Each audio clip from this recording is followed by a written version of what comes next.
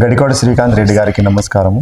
Sir, ముఖ్యంగా మీ political profile ఎలా start అయింది, మీ జర్నీ ఎలా స్టార్ట్ అయింది? మీరు రమేష్, నేను 1999 ఎలక్షన్స్లో రాజశేఖర్ గారు ఇప్పుడు కాంగ్రెస్ సిఎల్పి పిసిసి ప్రెసిడెంట్గా ఉన్నప్పుడు ఫాదర్ టికెట్ ఇచ్చినప్పుడు మొట్టమొదటిగా యాక్టివ్గా పాలిటిక్స్లోకి వచ్చాను. మళ్ళీ విదేశాలలో ఉన్నాను కొద్ది రోజులు. తర్వాత 2003లో నుంచి కంటిన్యూస్గా ప్రస్థానం ఇప్పటికీ 20 సంవత్సరాలు దాదాపుగా పూర్తి అయిపోయింది. 21 సంవత్సరం అవుతుంది. 20 సంవత్సరాల పైగా పూర్తి స్థాయి రాజకీయాలలో, అంటే పార్ట్ టైం పాలిటిక్స్ అనేది కాకుండా పూర్తి స్థాయి రాజకీయాలలోనే ఉన్నాను. అంటే వ్యాపార రీత్యా అట్లా అని కాకుండా పూర్తి టైం పాలిటిక్స్కి కేటాయించినటువంటి సమయం 20 సంవత్సరాలు. 20 సంవత్సరాలలో 2003లో వచ్చిన తర్వాత 2004 మేలో ఎలక్షన్స్ ఏదైతే జరిగాయో, కాంగ్రెస్ పార్టీ అధికారంలోకి వచ్చి రాజశేఖర్ గారు ముఖ్యమంత్రి అయిన తర్వాత, అంతకుముందు రాజకీయాలు వేరుగా ఉండేటివి. ఎక్కడ చూసినా గ్రామీణ ప్రాంతాలలో నక్సలిజం పేరుతో ఉండేటివి. గ్రామీణ ప్రాంతాల్లో ఏ ఒక్కరు నివసించేటువంటి పరిస్థితులు కూడా లేనటువంటి పరిస్థితులు. ఎక్కడ చూసినా పూరి గుడిసెలు, ఎర్రటి నేలలు, ఎక్కడ రోడ్లకు అనుకున్నటువంటి ఇది ఏది కాదు, విద్యుత్ లేనటువంటి పల్లెలు, ఇలాంటి పరిస్థితులు ఉండేటివి. అప్పుడు రాజకీయాలు అంటే మనుషులను వేసుకొని తిరిగేది, తోడలు కట్టుకునేది, రాళ్ళు వేసుకునేది, అలాంటి పరిస్థితులు ఉండేటివి. ఎందుకు మనం మార్పు వైపు ఎందుకు ఆలోచన చేయలేము అని చెప్పి ఆ రోజు నుంచి ఆలోచన చేసుకున్నాం. 2004లో తండ్రి ముఖ్యమంత్రిగా ఉన్నప్పుడు బ్యాక్ నుంచి మొత్తం కూడా పొలిటికల్గా కానీ, నాయకులకు అవైలబిలిటీ కానీ, అభివృద్ధి విషయంలో కానీ తండ్రికి చెదరు అదురుగా ఉన్నాను. 2006లో ఇప్పటి ముఖ్యమంత్రి జగన్మోహన్ రెడ్డి గారు ఆదేశాలతో పూర్తిస్థాయి రాజకీయాల్లోకి రావడం జరిగింది. యూత్ కాంగ్రెస్ అధ్యక్షుడిగా ఆయన నియమించడం, ఆయన అడుగుజాడల్లో భవిష్యత్తులో ఆయన కాబోయే కడప ఎంపీ, సేమ్ ఒకటే జిల్లా నుంచి తనకు తోడు నీడగా జీవితాంతరం మా తండ్రి గారు ఏ రకంగా అయితే రాజశేఖర్ గారికి లైఫ్ లాంగ్ లాయల్గా ఉన్నారో, అదే రకంగా జగన్మోహన్ గారితో నడవాలా అని చెప్పి నిర్ణయించుకోవడం. ఆయన యూత్ కాంగ్రెస్ ప్రెసిడెంట్ చేసిన తర్వాత ఎండల కాలంలో మేలో 2007లో పూర్తి జిల్లా అంతా కూడా పాదయాత్ర చేయడం జరిగింది, 500 కిలోమీటర్ల పైగా. ఆ రకంగా రాజశేఖర రెడ్డి గారు కూడా అప్రిషియేట్ చేశారు. స్టేట్లో అప్పుడు ఒకరిద్దరు కూడా చేయలేదు, దాంట్లో ఒకటి చేశావు అనే నా లాస్ట్ డే ముగింపు రోజు కూడా రాజశేఖర రెడ్డి గారు అటెండ్ అయ్యి నన్ను ప్రోత్సహించారు. అప్పుడు కేవలం 33 సంవత్సరాలు అట్లా ఉండేది. తర్వాత 2009లో డీలిమిటేషన్లో భాగంగా రాయచూరు నియోజకవర్గం రావడం, అనేక మంది టికెట్ ఆస్పిరెంట్స్ ఉండడం. అప్పుడు దివంగత ముఖ్యమంత్రి రాజశేఖర రెడ్డి గారు, జగన్మోహన్ రెడ్డి గారి ఆశీస్సులతో 2009లో పోటీ చేయడం, ఆయన 4 నెలలకే దివంగతులు అవ్వడం. ఆ పరిస్థితులలో నియోజకవర్గాన్ని కలలుగా నన్ను ఎన్నో రకాలుగా అభివృద్ధిలోకి తీసుకెళ్లాలా అని చెప్పి, నా కళలు ఏమవుతాయి అని చెప్పి చాలా భయపడ్డాను. అప్పుడు ఆ రాజశేఖర్ గారు ఉన్నప్పుడు తెచ్చుకున్న కొన్ని జీవోలు, అప్పుడే ఈ పాలిటెక్నిక్ కాలేజ్ కానీ, తర్వాత రింగ్ రోడ్డు కానీ, రాయచోటికి నీళ్ళు ఇచ్చేటువంటి పనులు కానీ, అవన్నీ ఆ కొద్ది కాలంలోనే ఇది చేసుకొని గౌరవ రోషయ్య గారు ఉన్నప్పుడు కొన్ని పనులు పూర్తి చేసుకోవడం జరిగింది. ఆ 1.5 సంవత్సరం 2 సంవత్సరాల వరకు కొద్దిగా పనులు జరిగినప్పుడు ఏదో చేయాలని తప్పించడం, మున్సిపాలిటీ బిల్డింగ్ అప్పుడే అప్రూవల్ చేయించుకుని టౌన్లో ఈ కార్యక్రమాలు చేయడం జరిగింది. ఒంటెద్దు బళ్ళతో తిరిగేటువంటి రాయచోటిలో త్రాగునీటి సమస్య పరిష్కారం చేస్తాను ఎన్నికైతే 18 నెలలు అని చెప్పి పూర్తి చేసుకోవటం. అలాగే ఈ రింగ్ రోడ్ అంటే బైపాస్ కూడా ఇవ్వని పరిస్థితులలో గౌరవ ఇప్పుడు ప్రభుత్వంలో ఉన్నటువంటి పరిచయాలతోనూ రింగ్ రోడ్ ఏర్పాటు చేసుకోవడం. రాయచోటికి రింగ్ రోడ్డు ఒక వరం లాంటిది అవుతుందని చెప్పి ఆ రోజు కల్లోడు ఊహించుకోలేదు. ఈరోజు అది ఎంతో వరం అయిపోయింది రాయచోటి పట్టణానికి, ఆ రింగ్ రోడ్ అన్నటువంటి.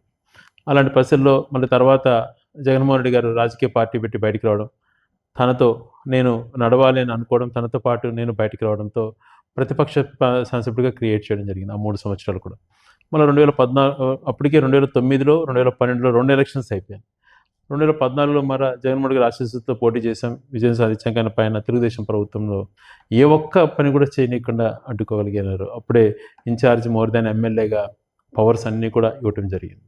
2019లో తిరిగి శాసనసభ ఎన్నికలలో జగన్మోహన్ గారి పాదయాత్ర వల్ల ఆయన యొక్క ప్రజల పైన ఆయనకున్నటువంటి నమ్మకంతో మళ్ళీ భారీ మెజార్టీతో 2019లో మళ్ళీ ఎన్నికయ్యాను. ఎన్నికైన తర్వాత చాలా బాధ్యతగా పనిచేయాలని చెప్పి ప్రతి నిత్యం కూడా పరిగెత్తాను. అందులో భాగంగా నిజంగా జగన్మోహన్ గారి ఆశీస్సులు అయితేనేమి, మిథున్ సహకారంతో చాలా పనులు పూర్తి చేసుకోవడం. ఏదైతే ప్రతి చెరువుకు నీళ్ళు ఇవ్వాలని తప్పించామో మొట్టమొదటిగా జీవిత ఆశయంగా ఉన్నిందో అది 2500 కోట్లతో అప్రూవ్ చేయించుకోవడం, గెండికోట నుంచి వెలిగెలకు నీళ్ళు ఇచ్చే విధంగా పనులు చాలా మాత్రం కూడా ఈ కరోనా వచ్చి కొద్దిగా ఆలస్యమైనా కూడా కాలేటి వాగు వరకు దాదాపు 70% పనులు పూర్తి అయిపోవటం. అలాగే మిగిలిన పనులు 25% పనులు కూడా త్వరలో పూర్తి చేసుకునేదానికి పూర్తిగా దాన్ని చిత్తశుద్ధితో పనిచేస్తున్నాం. అలాగే కాలేటి వాగు నుంచి కూడా కొన్ని మండలాలకు చెరువులు నీళ్ళు తెచ్చే విధానాన్ని కూడా అవి కూడా అప్రూవ్ చేయించుకోవడం. హెచ్ఎన్ఎస్ఎస్ కెనాల్ నుంచి చిన్నమండ మండలంలో చెరువులకు ఇచ్చే నీళ్ళని కానీ, జెరికోనను లిఫ్ట్ దానికి సంబంధించినటువంటి అన్ని కూడా జీవోలు ఇప్పించుకొని టెండర్లు కూడా పిలిపించుకొని కాంట్రాక్టుల సొత్తము కొద్దిగా కరోనా వల్ల కొద్దిగా ఆలస్యమైనది. కానీ అది ఖచ్చితంగా కంప్లీట్ చేసేంత వరకు విశ్రమించేటువంటి ప్రశ్న ఉండదు. నా ప్రాధాన్యతలో జీవితంలో రాజకీయాల్లో అత్యంత ప్రాధాన్యత అది. అలాగే ఏదైతే జగన్మోహన్ రెడ్డి గారు ప్రతి పార్లమెంట్ కేంద్రాన్ని ఒక జిల్లా కేంద్రం చేసి పరిపాలన వికేంద్రీకరణ చేయాలనేటువంటి ఆలోచన తనకు వచ్చినప్పుడు అప్పుడు ఒక వరంలాగా రాయచూటికున్నటువంటి సెంటర్లో లొకేటెడ్ అని చెప్పి ఇక్కడ అందరితో కలిపి దాన్ని ఇన్ఫర్మేషన్స్ ఇవ్వటము, ఆ రకంగా జిల్లా కేంద్రం ఏర్పాటు అవటం కల్లో ఊహించినటువంటి రోజు 2012 ఇదే రోజు జనవరి 26న ఆ రోజు రాయచూటి జిల్లా కేంద్రం ఏర్పడిపోతుందని అనౌన్స్ అవ్వడం. అది ఏప్రిల్ 4 నుంచి పరిపాలన స్టార్ట్ అయ్యింది. 2022 ఏప్రిల్ 4 నుంచి 2022 జనవరి 26 రిపబ్లిక్ డే రోజున జిల్లా కేంద్రంగా అనౌన్స్ కాబడ్డది. ఈ 18 నెలల కాలంలోనే 2 సార్లు independence celebrations, 75th independence celebrations కానీ ఇప్పుడు 75th రిపబ్లిక్ డే సెలబ్రేషన్ 2 సార్లు జరుపుకోవడం. ఈ 20 నెలల కాలంలోనే పూర్తి స్థాయిలో మనకు మౌలిక వసతులు నిర్మించినటువంటి ఏదైతే 13 జిల్లాలు కొత్త జిల్లాలు అనౌన్స్ చేశారో ఆ 13 జిల్లాలలో ఏ జిల్లా కూడా తీసిపోయిన విధంగా 13 కొత్తగా అనౌన్స్ అయినటువంటి జిల్లాలో నెంబర్ 1గా పరిపాలన అంతా కూడా అధికారులకు సౌకర్యంగా ఉండే విధంగా ఆఫీసెస్ క్రియేట్ చేయడం. ఒకప్పుడు కేవలం ఎంఆర్ఓ కార్యాలయమే రాయచూట్లో ఉండేది. అటువంటిది ఆర్డీఓ కార్యాలయం వస్తే ఎక్కువ అనుకున్నటువంటి వాళ్ళం ఆర్డీఓ, జేసీ, కలెక్టర్ ఆఫీసెస్ క్రియేట్ చేసుకోవడం. సిఐఏ సర్కిల్ ఇన్స్పెక్టర్ ఎక్కువ అనుకునే దాంట్లో ట్రాఫిక్ పోలీస్ స్టేషన్ దగ్గర నుంచి డిఎస్పీ కార్యాలయం నుంచి, డిఎస్పీ అంటే పులివెందులకు పోయేటువంటి రోజు, డిఎస్పీ కార్యాలయం దగ్గర నుంచి ఎస్పీ ఆఫీస్ను ఈరోజు పెరేడ్ గ్రౌండ్ను లాంటివి నిర్మించుకోవడం, ఈరోజు ఒక మంచి గెస్ట్ హౌసెస్ నిర్మించుకోవడం, అనేకమైనటువంటి బంగ్లాలు, బస్టాండ్ ఆధునీకరించుకోవడం, 24 కోట్లతో హాస్పిటల్ నిర్మించుకోవడం, రైతు బజార్ నిర్మించుకోవడం, మహిళా డిగ్రీ కాలేజ్ సాధించుకోవటం, మూడో తరగతికి మహిళ ఎంటర్ అయితే డిగ్రీ వరకు ఒకే క్యాంపస్లో చదువుకునే విధంగా ఒక ప్రాంగణంగా చేసుకోవటం.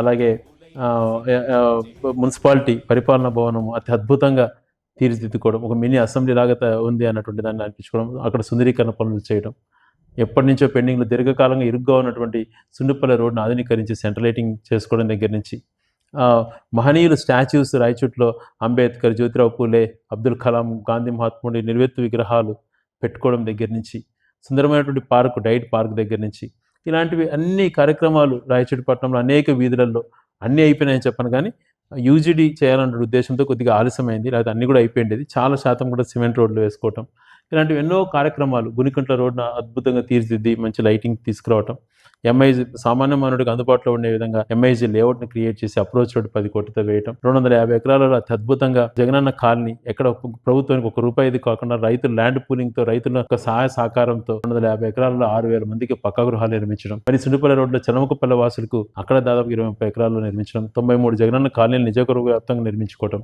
20,000 పక్క గృహాలు తెచ్చుకునే దగ్గర నుంచి అనేకమైనటువంటి కార్యక్రమాలు. అంటే భవిష్యత్ అవసరాల కోసం ఆలోచన చేసినటువంటి నాయకుడు అని అంటారు. అంటే రేపు తరం గురించి ఆలోచన చేసేటటువంటి. సో ఏ ఒక్కట కూడా గతంలో ఆలోచన చేయలేదు. అటు బ్రిటిష్ పీరియడ్లో రాజంపేటకు సబ్ కలెక్టర్ ఆఫీస్ ఉంది, ఇటు మదనపల్లికి సబ్ కలెక్టర్ ఆఫీసులుగా నిర్మించారు బ్రిటిషర్స్ కాలంలో. అనేక బంగ్లాలు ఉన్నాయి.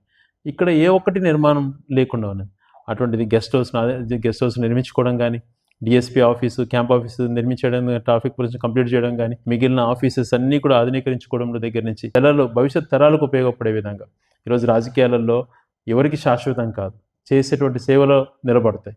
అందుకు అనుగుణంగానే 100 ఎకరాలలో ఇంటిగ్రేటెడ్ కలెక్టరేట్ కావాలని చెప్పి ఒక ల్యాండ్ అక్వైర్ చేసుకోవడం దగ్గర నుంచి, దాదాపుగా 50 నుంచి 60 ఎకరాల ఎంఐజీ లేఅవుట్ దగ్గర నుంచి, 10 ఎకరాలు ఆర్టీఓ కార్యాలయాన్ని కేటాయించడం దగ్గర నుంచి, 70 ఎకరాలు భవిష్యత్తులో పీజీ సెంటర్ యూనివర్సిటీకి చేయాలంటుంటే ఆలోచన చేసుకుని యూనివర్సిటీకి హ్యాండ్ ఓవర్ చేసిన దగ్గర నుంచి, కేంద్రీయ విద్యాలయం కోసం 10 ఎకరాల దగ్గర నుంచి, యునాలి కాలేజ్ కోసం 10 ఎకరాల దగ్గర నుంచి, జిల్లా పరిషత్కు 10 ఎకరాల దగ్గర నుంచి, స్టేట్ గెస్ట్ హౌస్కి 2 ఎకరాలు, 1.5 ఎకరా డిఎస్పీ ఆఫీస్ కని, 1.5 ఎకరా ట్రాఫిక్ పోలీస్ స్టేషన్ కని, 5 ఎకరాలలో కలెక్టర్ బంగ్లా నిర్మించాలని పనులు కూడా స్టార్ట్ చేసినాం.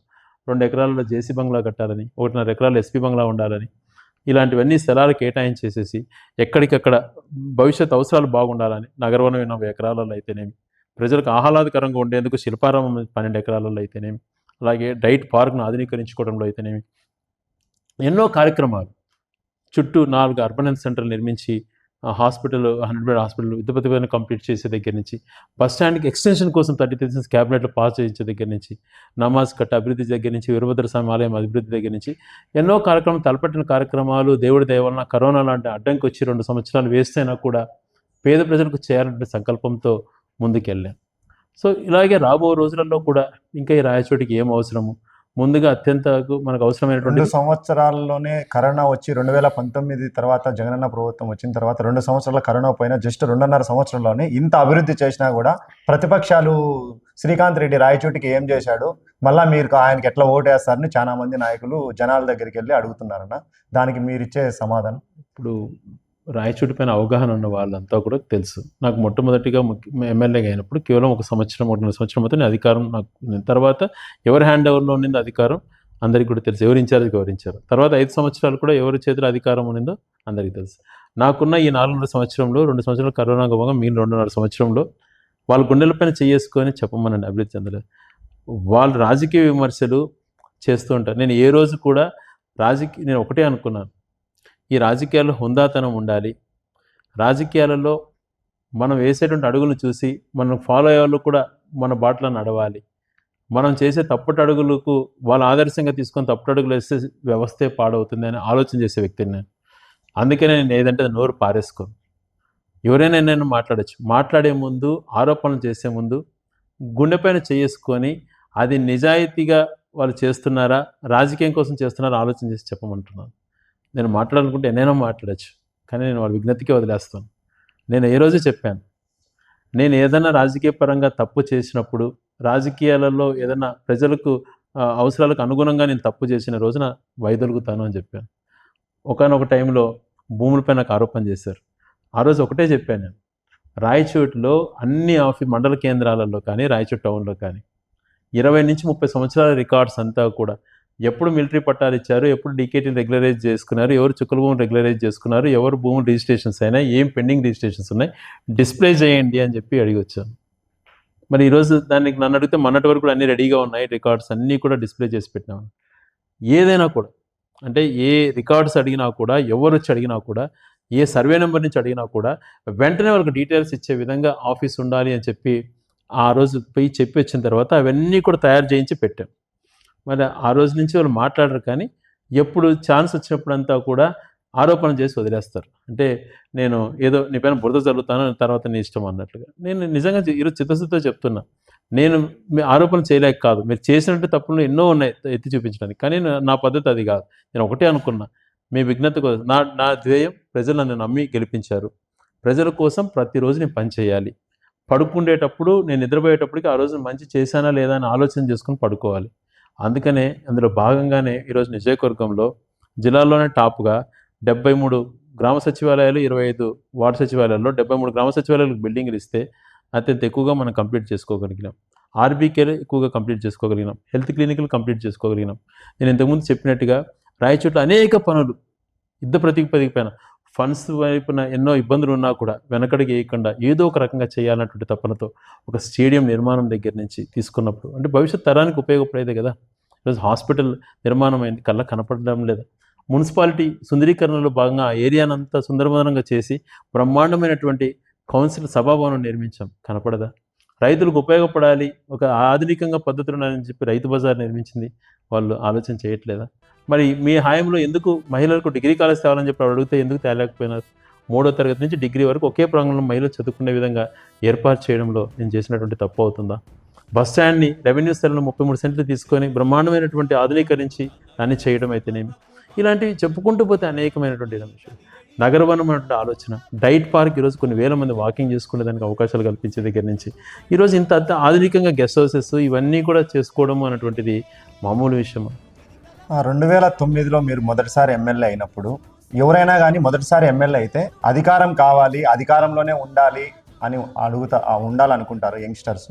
కానీ మీరు 2009లో వైఎస్ఆర్ గారు రెండవసారి ముఖ్యమంత్రి అయిన తర్వాత, పెద్ద ఆయన చనిపోయిన తర్వాత మీరు జగనన్న వెంట నడవాలి అనే ఆలోచన ఎందుకు వచ్చింది?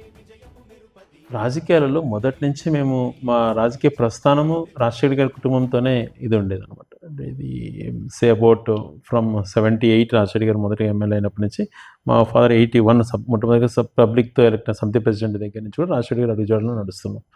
సో అలాగే కొనసాగుతూ ఉంది. అదే ప్రేమ జగన్మోహన్ గారిని అప్పని చూపిస్తున్నారు. ఆయన రాజకీయాల్లోకి ఆయన ఆదేశాలతోనే రాజకీయాల్లోకి వచ్చినాను నేను. సో ఆయన వెనక నడవకుండా ఎవరైనా వెనక నడవాలి. ఆ రోజు చాలా రిక్వెస్ట్ చేసుకున్నాను, ఆయన ఒక్కరు రాజీనామా చేస్తే లేదు నేను వెనకలు తోడు ఉంటానని. ఆ రోజు జగన్మోహన్ రెడ్డి గారు ఇప్పుడు కాదు సమయం వచ్చినట్టు చెప్తాను, ఆ రోజు నువ్వు ఖచ్చితంగా వద్దులే అని చెప్పి ఆదేశాలు చేశారు. అనేక నిందలు ఆయన ఏ తప్పు చేయకపోయినా ఆయన పడినటువంటి మాటలు ఏ నాయకుడు భరించలేడు. కానీ దాన్ని అన్ని తట్టుకొని ఆయన ఆత్మస్థైర్యం నిజంగా బతికినంత కాలం, ఊపిరినంత కాలం అట్లాంటి నాయకుడు వెనక పనిచేయడం గర్వంగా ఫీల్ అవుతాను. అంటే ఒక నిబద్ధతతో తనకున్న ఆలోచనలు ఇవన్నీ చూసినప్పుడు నిజంగా ఏ ఒక్కరికి లేవు సమాజం. నేను ఎంతోమందిని గమనిస్తుంటే, ఎంతోమంది నాయకుల గురించి స్టడీ చేశాను నేను. కానీ రాజశేఖర్ గారి తర్వాత నిబద్ధత, తనకున్నటువంటి మంచితనం, ఎప్పుడు ఎంతసేపు నెక్స్ట్ జనరేషన్ కోసం ఏం చేయాలి, ఉన్నంతకాలం ఏ రకం ప్రజలకు ఉపయోగపడాలి అనే ఆలోచనలు కానీ, తను ఎన్ని ఆరోపణలు చేసినా కాలమే సమాధానం చెప్తుంది అని చెప్పి తన పని తను చేసుకున్నటువంటిది నిజంగా ఏ ఒక్కరు చేయరు. ఆయనకు మంచి గుణం ఇచ్చాడు దేవుడు. ఆ గుణంతోనే ఈరోజు అత్యంత ప్రజాదరణ నాయకుడిగా ఈరోజు ఆంధ్రదేశంలో నేను జగన్ ఒకడని చెప్పగలుగుతా ధైర్యంగా. అంటే మాస్లేకి తను చేసినంత పేద ప్రజలకు ఏ ఒక్కరూ లేరు. ఒక నాయకుడు అన్నవాడు నేను మంచి చేసినానని మీకు అనిపిస్తే నాకు అండగా నిలబడండి అనేటువంటి నాయకుడిని దేశంలో ఏ రాజకీయ ప్రజాస్వామ్య దేశంలో ఏ ప్రాంతీయ పార్టీ కానీ ఏ జాతీయ పార్టీ కానీ ఆ మాట ఎవరు అనలేరు. అది ఆయనకే సాధ్యపడింది. అప్పుడు జగన్మోహన్ రెడ్డి గారు వెనకాల నడవాలన్న ఉద్దేశంతో ఆయనకు అవసరం అనుకున్నప్పుడు ఆ రోజు మేము అసెంబ్లీ నిలబడ్డామని మేము డిస్క్వాలిఫై చేశారు. బై ఎలక్షన్ కూడా రావడం జరిగిన విషయం మీకు అంతా కూడా ఎంత తెలిసిన విషయం. మీరు జగన్మోహన్ రెడ్డి అన్నతో చాలా క్లోజ్గా ఉంటారు. మొదట వచ్చిన వ్యక్తి మీరే పార్టీ. కానీ పెద్ద ఆయన చనిపోయిన తర్వాత జగన్మోహన్ రెడ్డి గారికి వైఎస్ఆర్ గారికి మీతో ఉన్న అనుబంధం, వాళ్ళిద్దరి కంపారిజన్ మీరు ఎలా చెప్పగలరు 2 మాటల్లో చెప్పాలంటే?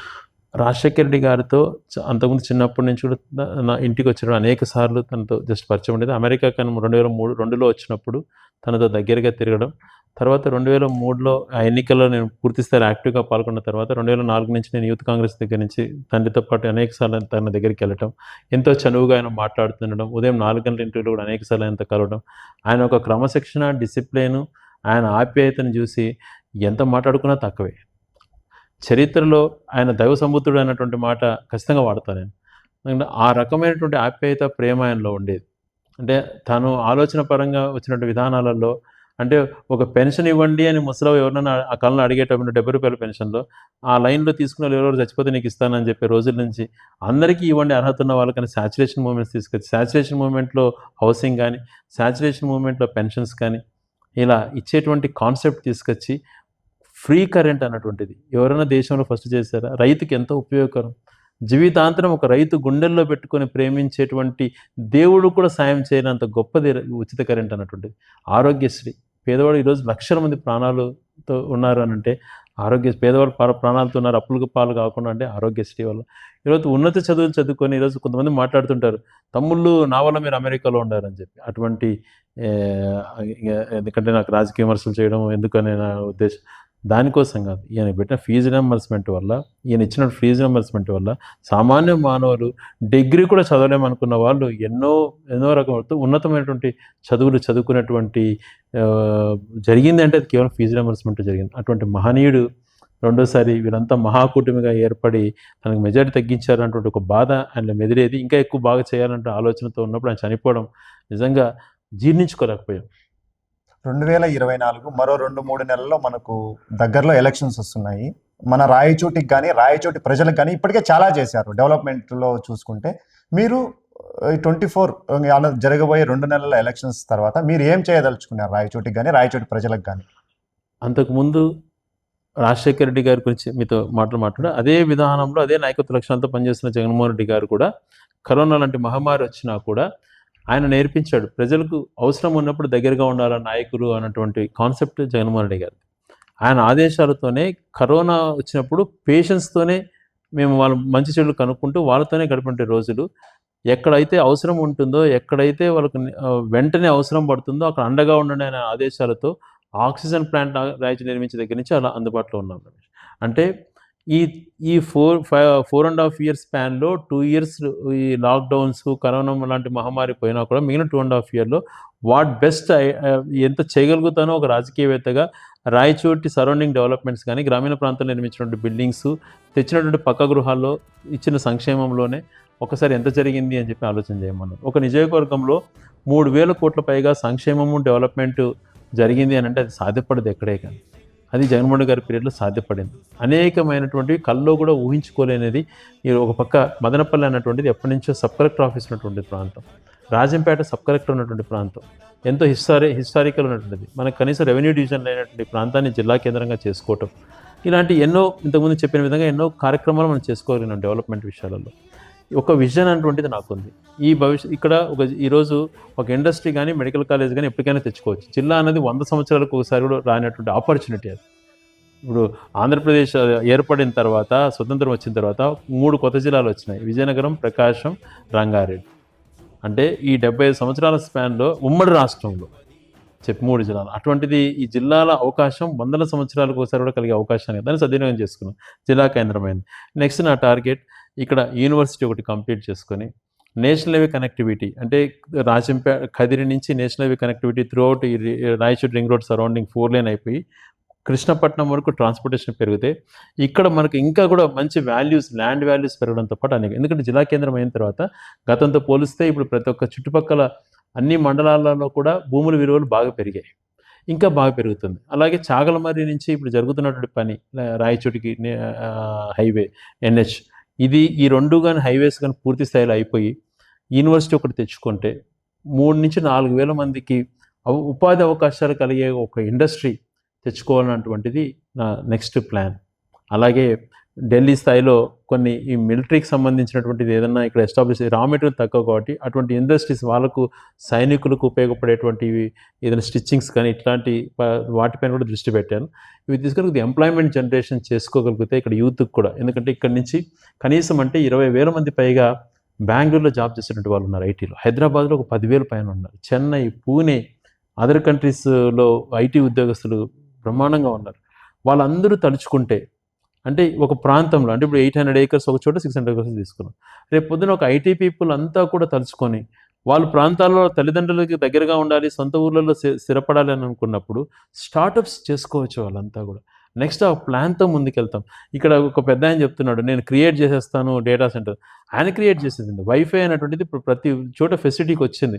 అందుకనే జగన్మోహన్ రెడ్డి గారు సచివాలయాల దగ్గరనే మనకు ఒక డిజిటల్ లైబ్రరీ క్రియేట్ చేస్తున్నాం.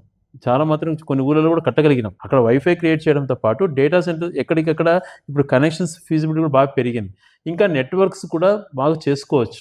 కొంతమంది ఒక 10 గ్రూపులుగా ఫామ్ అయ్యి ఒక్కొక్క గ్రూప్ ఒక్కొక్క స్టార్టప్ కంపెనీ మేము చేసుకొని ఇక్కడ ఉన్నటువంటి అవకాశం సద్వినియోగం చేసుకొని ఇక్కడ యూత్కి అవకాశాలు కల్పిస్తాము అని అంటే అటువంటి వాళ్ళని ఫుల్ ఫ్లెడ్జ్గా ఎంకరేజ్ చేస్తాం.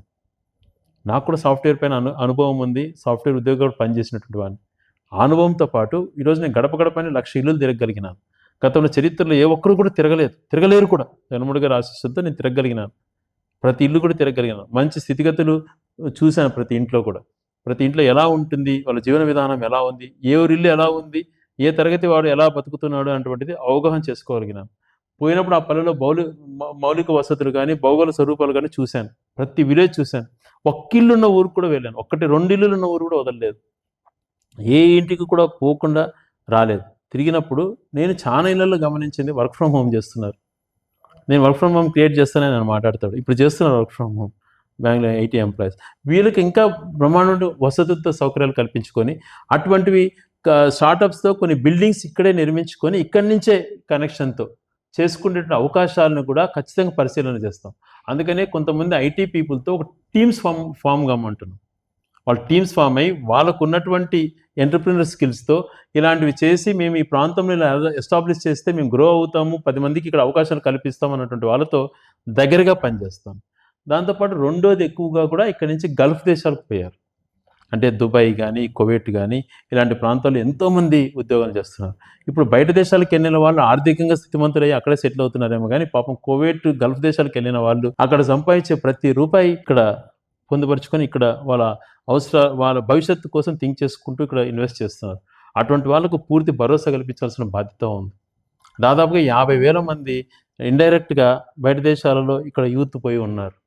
వాళ్ళల్లో మెజారిటీ శాతం రాయచూరు నియోజకవర్గానికి ఈరోజు జిల్లా కేంద్రం మౌలిక వసతి ఇక్కడ బ్రహ్మాండమైనటువంటి ఇన్ఫ్రాతో అపార్ట్మెంట్స్ కానీ, గేటెడ్ కమ్యూనిటీ హౌసింగ్ కానీ, మంచి మంచి ప్లానింగ్తో లేఅవుట్స్ కూడా బాగా డెవలప్ అవుతున్నాయి. రాబో రోజుల్లో ఇంకా బాగా చేస్తాం.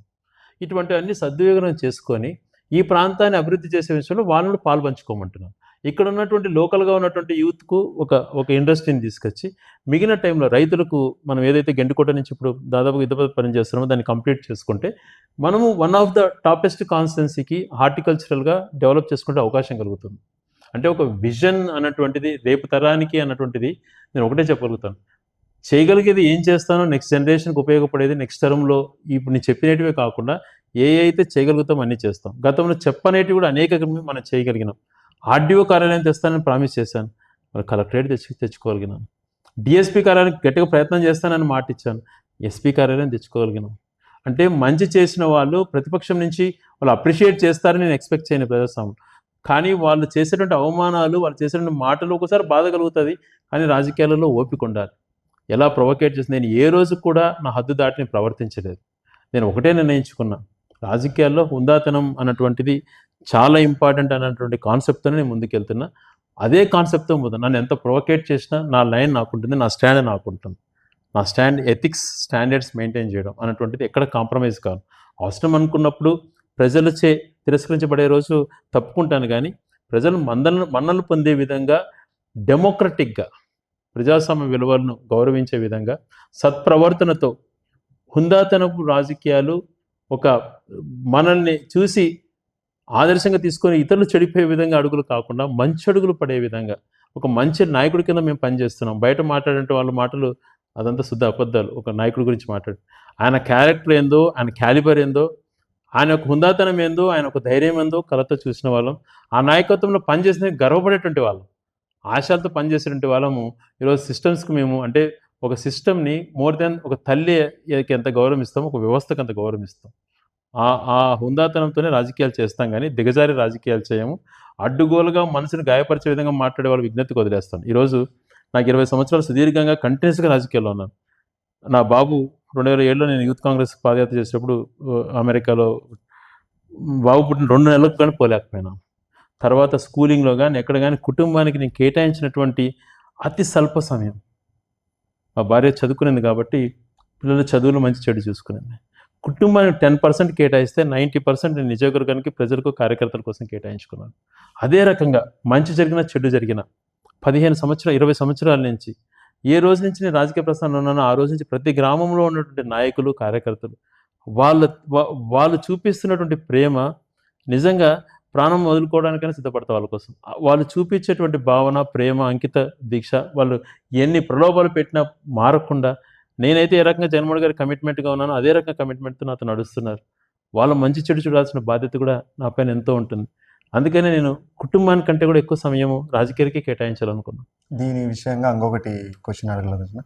ప్రజల్లో కొంతమంది ఇచ్చిన సమాచారం ప్రకారము శ్రీకాంత్ రెడ్డి గారు ఎప్పుడు ఫోన్ చేసినప్పటికీ అప్పుడు బిజీ ఉన్నా ఖచ్చితంగా అదే రోజు మాకు కాల్ చేసి మాట్లాడతారు, కొన్ని సమస్యలు కూడా తీరినాయి అనేది విన్నానన్న మీ నోట్ నుంచి. అంటే ఇప్పుడు ఒక రాజకీయ నాయకుడు, ఇప్పుడు మేము మీతో కూర్చోన్నాను, ఇప్పుడు వరుసగా కాల్స్ వస్తున్నాయి. ఒక 40-50 కాల్స్ ఉన్నా నేను ఎంత లేట్ నైట్ అయినా నేను ఆన్సర్ చేస్తాను. ఒకసారి 200-300 మిస్డ్ కాల్స్ ఒక గంటలో 200లో వచ్చినప్పుడు కొన్ని ఆన్సర్ చేయకపోవచ్చు. ఇప్పుడు సాధ్యమైనంత వరకు ఎందుకు చేసింటారు, పాపం ఏదో ఒక పని ఉండి చేసింటారు కానీ అని చెప్పి ఎవరు చేశారని అనకుండా ప్రతి ఒక్కరికి ఆన్సర్ చేయడానికి ప్రయత్నం చేస్తాను. నా పిఏల దగ్గర నా ఫోన్ ఉంటుంది, గవర్నమెంట్ ఉంటుంది, ఎప్పుడు నా జోబీలోనే ఉంటుంది. కొన్ని ఇట్లాంటి ఎమర్జెన్సీ కారణం ఒక మీటింగ్స్లో ఉన్నప్పుడు ఇలాంటి పరిస్థితుల్లో ఇప్పుడే చూడండి, జనరల్గా మీరు అడిగారు కాబట్టి చెప్తున్నాను. ఇప్పటికే చూసుకుంటే దాదాపుగా మనం ఉన్న ఈ గంటలోనే ఒక 20-30 మిస్డ్ కాల్స్. ఈ విషయం జనాల నుంచి వచ్చిండే విషయం. శ్రీకాంత్ రెడ్డి గారు ఇటువంటి అప్పుడే ఆన్సర్ చేయలేకపోయాను స్పాట్ లో, కానీ ఖచ్చితంగా వీళ్ళకు నా సమయాన్ని ఉన్నంత వరకు ప్రతి ఒక్క కాల్ ఆన్సర్ చేయడానికి ప్రయత్నం చేస్తాను. ఏదో చిన్న సమస్య ఓ ప్రజాప్రతినిధి బాధ్యత. ఈరోజు మన కోసం వాళ్ళు ప్రేమతో, నమ్మకంతో ఓటేస్తారు. ఆ నమ్మకాన్ని ఒమ్ము కానియకూడదు కదా. మనము వాళ్ళ కొన్ని పనులు కొన్ని జరుగుతాయి, కొన్ని జరగకపోతాయి. జరగని వ్యక్తి డిసప్పాయింట్గా ఉంటాడు, కానీ అది ఎందుకు జరగలేదు అన్నటువంటిది ఎక్స్ప్లెనేషన్ కూడా మనం ఇచ్చుకోవాలి. అది రాజకీయ నాయకుడు బాధ్యత. ముందు జరగబోయే ఎలక్షన్స్లో కానీ ఇప్పుడు మీకు వరుసగా జనాలు 4 సార్లు అధికారం, శ్రీకాంత్ రెడ్డి గారిని 4 సార్లు రాయచూటికి ఎమ్మెల్యేగా చేశారు. క్రిటికల్ సిచ్యువేషన్ 2009 పెద్ద ఆయన చనిపోయిన తర్వాత మీరు బై ఎలక్షన్స్కి వెళ్ళారు. ఆ క్రిటికల్ సిచ్యువేషన్ 100 కోట్లు ఖర్చు పెట్టినప్పటికీ శ్రీకాంత్ రెడ్డి గారిని ఆదరించారు. ఈ ప్రజలకు, కార్యకర్తలకు మీరు ఏం చెప్పదలుచుకుంటారు? 100% నేను ఈరోజు ఒకటే చెప్తున్నా, ఎందుకు ఇంత కమిట్మెంట్గా నేను పనిచేస్తున్నాను అని అంటే కేవలం వాళ్ళు చూపిస్తున్న ఆదరణతోనే ఇది సాధ్యపడుతుంది. ప్రతి ఒక్క మనిషితో ఏ పల్లెకి వెళ్ళినా, ఈరోజు గడపడకు నేను తిరిగాను, 1,00,000 ఇల్లులు తిరిగాను. ఉదయం నేను 5:30కు చెప్తే 5 గంటలకే రెడీగా ఉండే నాయకులు, కార్యకర్తలు. 5:30కు 5:30 నుంచే ప్రతి ఇంట్లో కూడా తెలిసిన ప్రతి ఒక్క నాతో అండగా నిలబడే నాయకుడు కానీ, కార్యకర్త తన స్తోమతకు తగ్గట్టు వాళ్ళ ఇంట్లో భోజనం పెట్టడమా, వాళ్ళ ఇంట్లో టిఫిన్ పెట్టడమా, తన అల్పాహారం ఏదో స్నాక్స్ తేవడమా. ఇప్పుడు స్నాక్స్గా డ్రై ఫ్రూట్స్ కాస్ట్తో కూడుకున్నటువంటి డ్రై ఫ్రూట్స్ పెడతారు, కాఫీలు ఇచ్చేటువంటి వాళ్ళు. అంటే వాళ్ళు చూపిస్తున్న ప్రేమ రాజకీయాలలో చాలామంది అంటుంటారు, ఎందుకు ఈ రాజకీయాల్లో కొనసాగుతున్న విలువలు దిగజారినాయి కదా. వాళ్ళకి ఏం తెలుస్తుంది, వెనకలు చూపించే ఈ ప్రేమను చూస్తే రాజకీయాలు దిగజారుతున్నాయేమో కానీ వ్యక్తులు దిగజారట్లేదు కదా, కార్యకర్తలు దిగజారట్లేదు కదా. వాళ్ళు చూపించే ప్రేమ కోసమైనా మనం కట్టుబడి ఉండాలి కదా. ఒకసారి అదే చెప్తాను నేను, బాబుతో మనం ఎప్పుడో మాట్లాడినప్పుడు, మా స్కూల్లో నువ్వు ఒక్కసారి కూడా పీటీఎంలకు రావు అది ఇదని బాధపడుతున్నప్పుడు ఒక మాట చెప్పాల్సి వచ్చింది. ఇదిరా నాన్న సిచ్యువేషన్, చూస్తావా చూడు ఈ చూసి నీకు డాడీ ఐ అండర్స్టాండ్, నువ్వు ఏది చెప్తున్నావో నేను అర్థం చేసుకోగలుగుతాను, మమ్మీ వస్తుందిలే అని చెప్పి అట్లా పాప కానీ బాబు కానీ అలా నన్ను వాళ్ళు ధైర్యం చెప్పినటువంటి రోజుల దగ్గర నుంచి. అంటే ఎందుకు ఇంత ఇది చెప్తున్నానంటే వాళ్ళు చూపించే మామూలు విషయం కాదు రమేష్. నేను తిరిగిన గడప గడపకు నా వెనక సాయంత్రం వరకు ఎంతవరకు తిరుగుతానో, నా కాళ్ళ నొప్పులు వస్తున్నాయి పాపం, అయినా కూడా వాళ్ళు భరిస్తూ తిరిగారు. 15 సంవత్సరాలు 20 సంవత్సరాల నుంచి మోస్తున్నారని అంటే నాకు ఎంత భయము బాధ్యత ఉంటుంది ఆ కుటుంబం పైన. వాళ్ళకు మంచి చేయాలన్నటువంటి తపన ఎక్కువ ఉంటుంది కదా. ఇప్పుడు చాలామంది అంటారు ఈ ప్రభుత్వం కార్యకర్తలకు ఏం చేయలేదని రెచ్చగొట్టడము, అంటే టీడీపీ నుంచి ఎక్కువగా. మేము ఒకటే, ఒక పార్టీ అనేటువంటిది ఒక స్టాండ్తో గతంలో నీరు చెట్టు రూపంలో అనేకమైన అవినీతి కార్యక్రమాలు జరిగాయి. ఆ మచ్చతో ప్రజలచే తిరస్కరించబడ్డారు. మనం అలాంటి తప్పులు చేయకుండా ఫస్ట్ ప్రజలకు మేలు చేసిన విధానం సృష్టిద్దాం.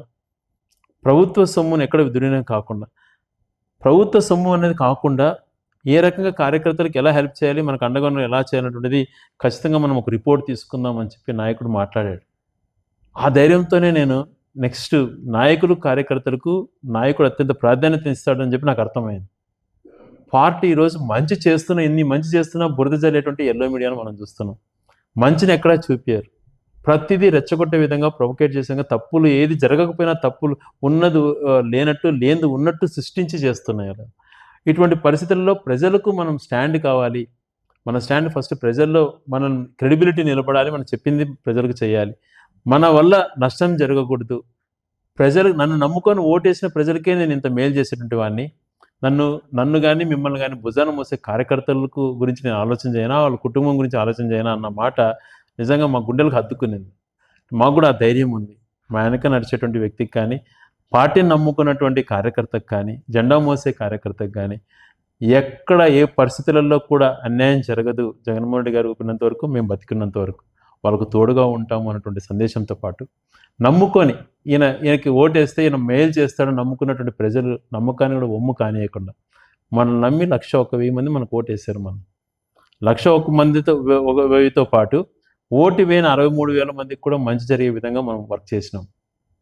మన కాన్సెప్ట్ అది, ప్రజాస్వామ్యంలో మంచి చేయాలి, నమ్ముకున్న వాళ్ళకు మంచి చేయాలి. ఆ టయానికి వ్యతిరేకించినా కూడా ప్రజాస్వామ్యంలో ప్రజల పక్షాన్ని నిలబడాలని అనుకున్నప్పుడు వీళ్ళతో పాటు వాళ్ళకు కూడా ఈరోజు జగన్మోహన్ రెడ్డి గారి ఆ ఉద్దేశంతో, గతంలో తెలుగుదేశం ప్రభుత్వంలో నీకు పథకం రావాలంటే మా కండవ కప్పుకునే పరిస్థితులు, ఇప్పుడు ఆ పరిస్థితులు మనం చూస్తున్నామో చెప్పండి. అలా అన్నింటే మనం ఇంతమందికి సేవ చేసిండే వాళ్ళమా? 43,000 పెన్షన్లు ఎట్లా వస్తాయి మన నియోజకవర్గంలో?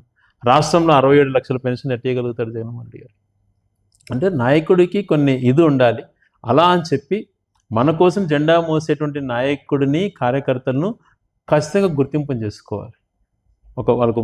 వాళ్ళ ఆర్థిక పరిస్థితులు కానీ, కుటుంబ వ్యవహారాల్లో కానీ ఖచ్చితంగా ఒక నాయకుడిగా అండగా నడవాల్సినటువంటి బాధ్యత నాయకుడి పైన, మా అందరిపైన ఉంటుంది.